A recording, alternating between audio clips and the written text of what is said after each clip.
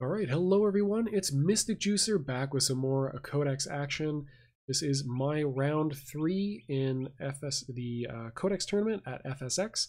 I'm playing Shax, who is playing Mono Red, and I'm continuing to play Finesse Law Present. Again, going first here, so Geiger and the Timely Messenger.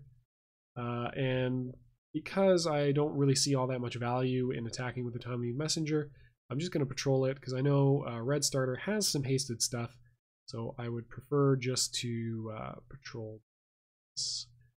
A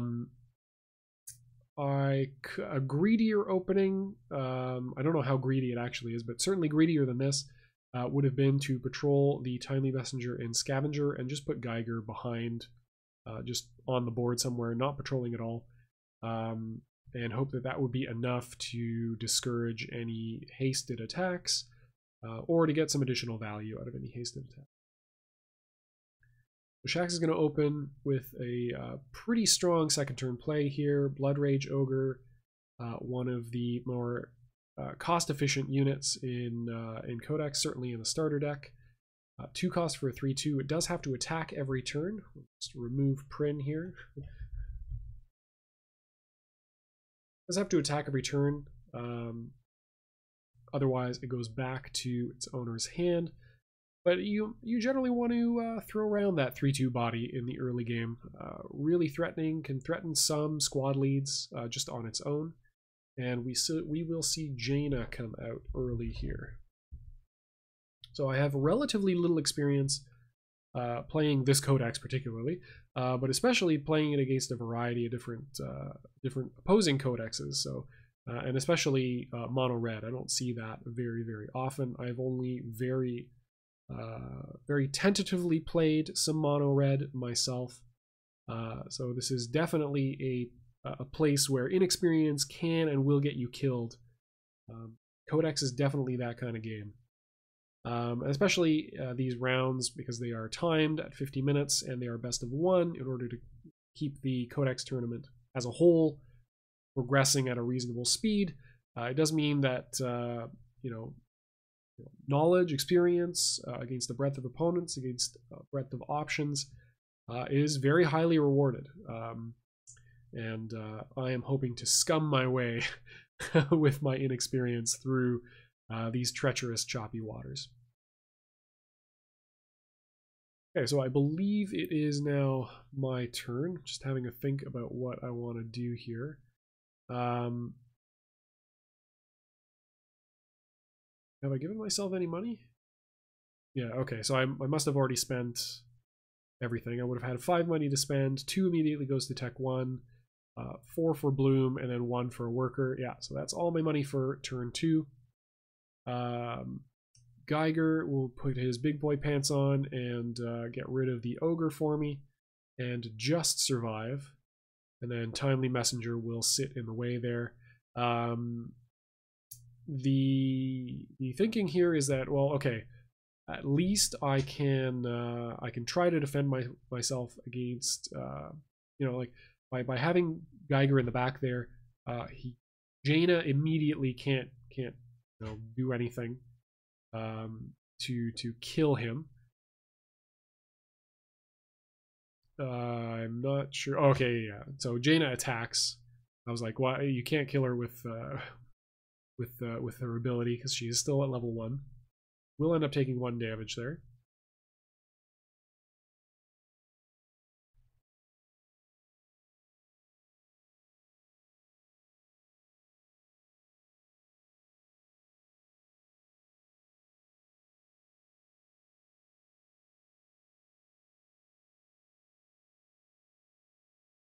Not too sure. Yeah, so I guess he's planning on killing Geiger, so he'll be able to mid-ban Jaina here. There's a couple of different things that Red has that can give haste or that have haste naturally. I think Madman is the obvious card here. So if he does have Madman, he can kill Geiger and get a pretty big tempo swing going here.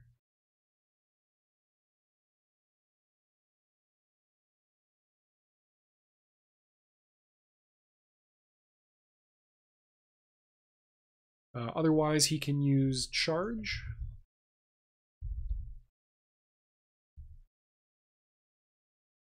To give any unit haste. So if he has a 1-cost unit like Nautical Dog, for instance, he could spend a lot of cards to take out Geiger that way.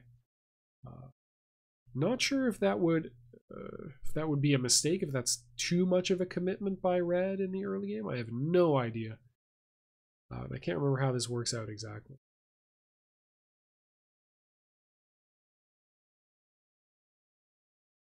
Or do I actually retain Geiger?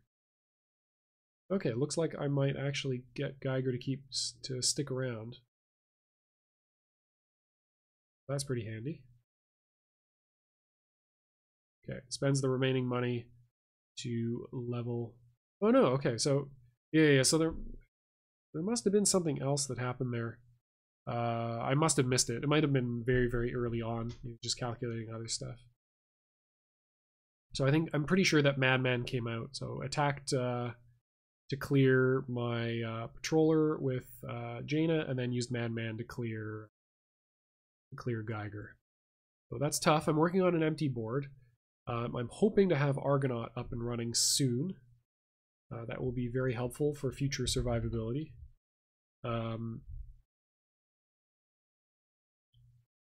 Trying to figure out what the card was that I was trying to show off.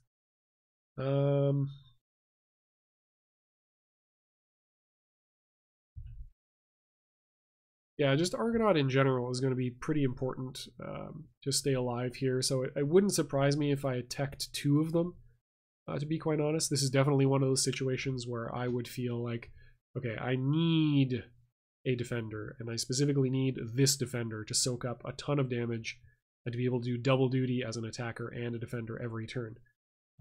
So I wouldn't be surprised if instead of going for like typical Nimble Fencer or Sentry and Argonaut, like one of those 2 and the Argonaut, that I would have just teched 2 Argonauts, but not positive.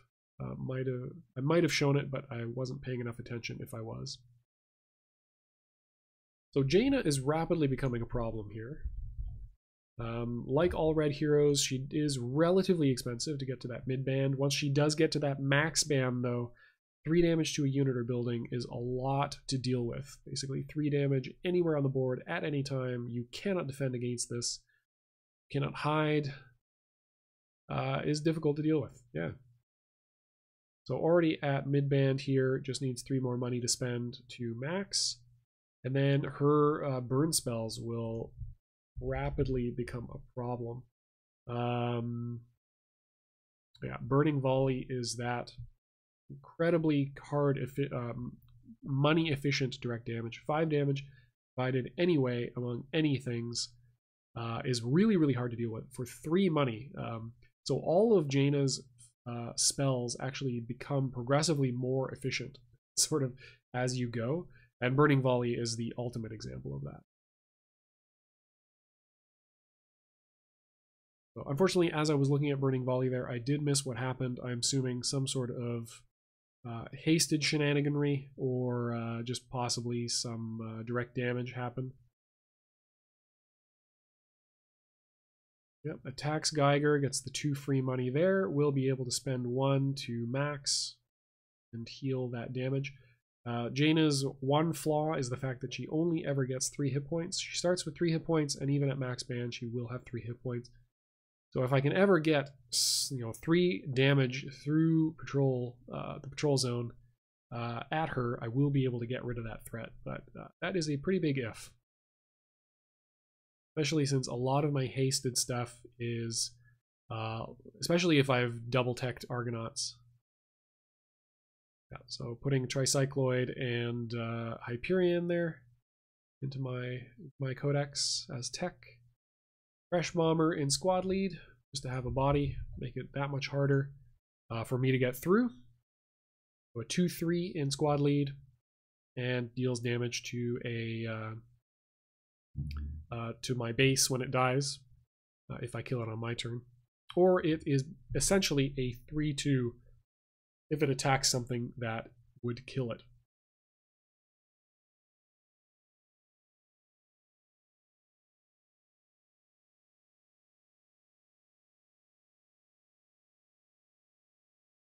Okay, and just for an additional little bit of defense, that Madman, the absolute nutter. 1 cost, 1/1 with haste. It's just going to sit in the technician slot.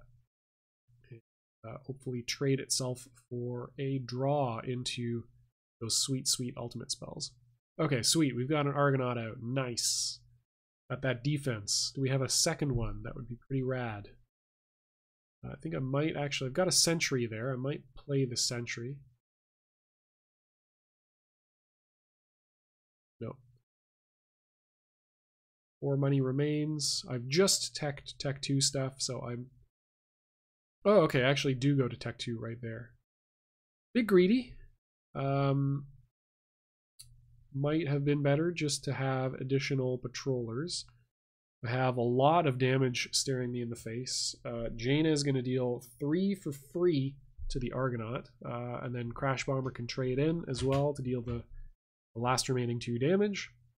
That does, I mean, if that's the only thing that happens this turn, I will be grinning and whistling, because that just would leave the Madman to deal some damage to my base or to my Tech 2, and I don't really care about that. But somehow I think it's probably going to be much, much, much, much worse for me.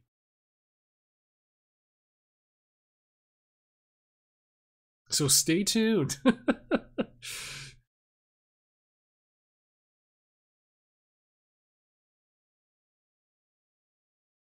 Yeah, I'm trying to think of what I would have done differently here. Again, maybe spend more time at Tech 1. Just go for more Argonaut stuff. It's possible that a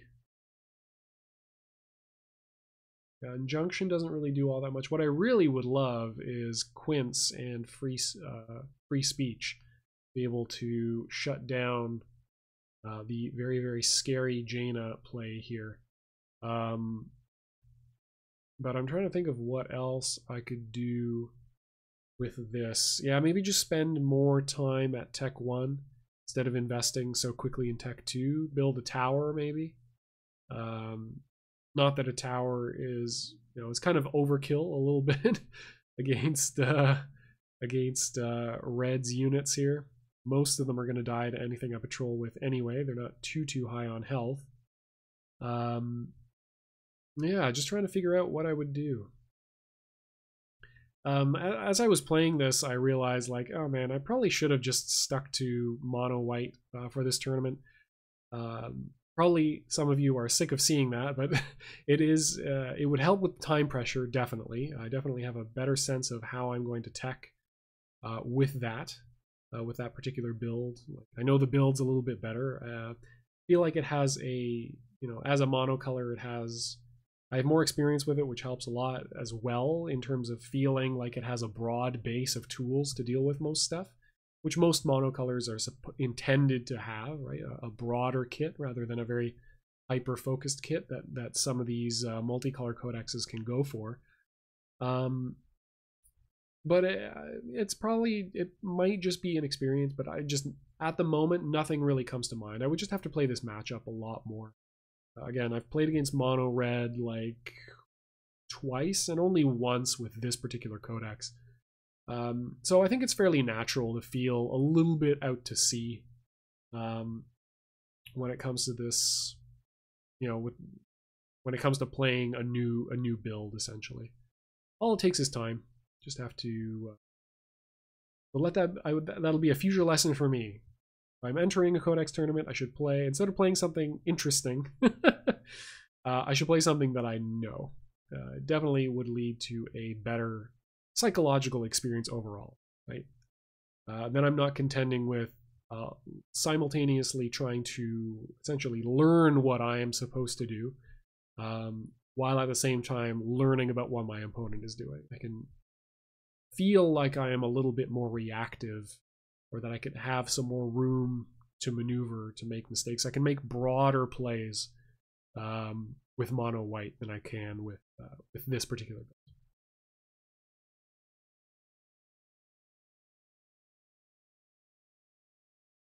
So the other thing that's kind of coming into play here to a certain extent is that I noticed that this codex has a hard time dealing with strong hero-based play.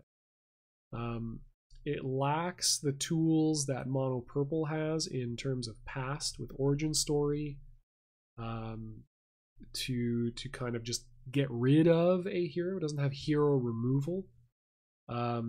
Same with Quince in Mono Blue. His free speech is essentially hero removal. It turns heroes into very expensive, ineffective units, essentially. Just turns them into whatever stat line is, and not all heroes' stat lines are created equal. Paying no attention to the fact that all of my heroes max at 5, start at 2-3, go to 2-4, and end at 3-4. Not all heroes are created equal. Finesse doesn't have... I think Finesse has hero removal either. It really... all of this whole codex is really about, doing exactly this kind of alpha strike stuff. I will beat your heroes with the superiority of my units. Unfortunately, these are not superior units. I just drew really, really poorly.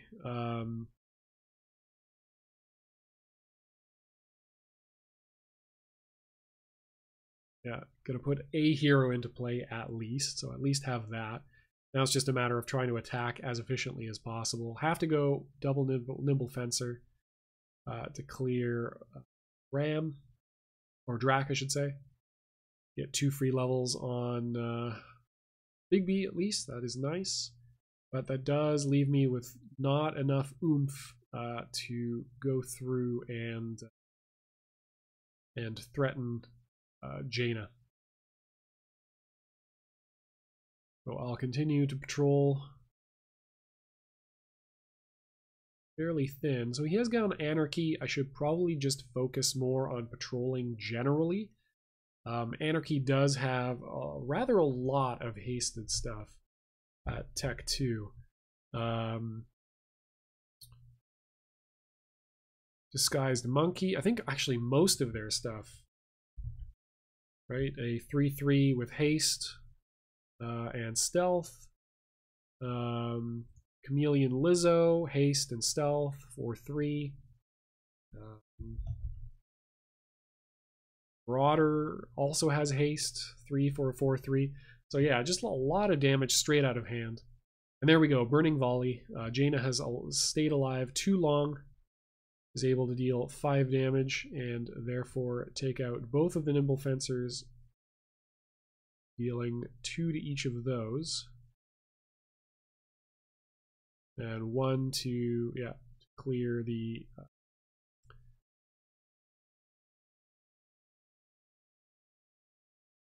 Dog Haver. Tenderfoot. Can only remember, for Supreme Inside Baseball, this card is now called Dog Haver because her dog ran away. Ember Sparks to clear the patrolling technician. And then I'm not sure why Jaina is tapped. I'm sure that's not good news for me.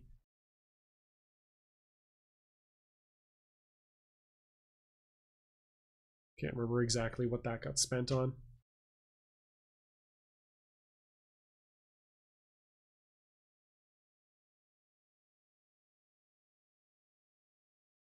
So yeah, I mean, in theory, this looks like a fairly good position, right? Like his board is at least not full, although he hasn't spent his 4 money yet. So, okay, yeah, just did all that before untapping Jaina. So 4 money left. Crash Bomber. Yep. Just a 2-2, but again, 2-2 for 1 and a good defender. Okay, and that will be charge, so Crash Bomber will end up... Oh, is it not charge? Can't remember now. It looks like I took some damage to base. So it's possible that it was just Jaina attacking the base. Or it was another fire spell, just dealing direct damage to base.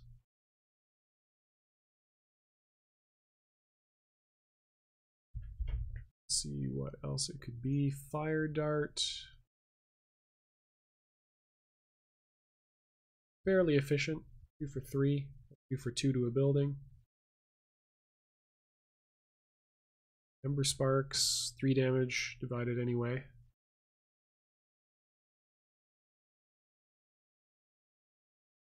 Yeah, and at this point, he's just racing down my base. Essentially, he's saying, you, in order to defend against this, oh, okay, yeah, he did take out my Tech 2, and he's saying, essentially, I'm going to deny you your Tech 2 and just focus on your base for the rest of the damage. Just try to leave you with a fairly weak board, and that's going to mean that you have to deal 20 damage to my base before I can cobble together sufficient damage to kill. And unfortunately, I'm not able to play the Tricycloid. The Tricycloid would really help me fight back here. Because it would give me some hasted damage, I could, you know, clear hero, clear patrol, you know, use those pings very effectively to snipe down what I need when I need it.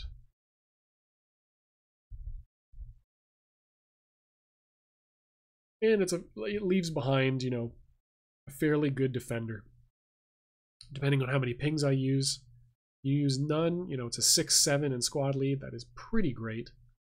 Not that I would advise against this kind of strategy, not spending the pings.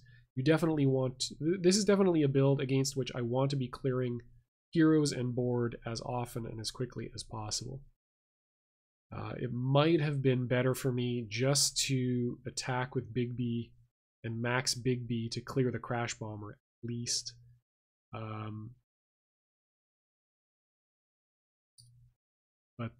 Yeah, we're not looking in a good spot.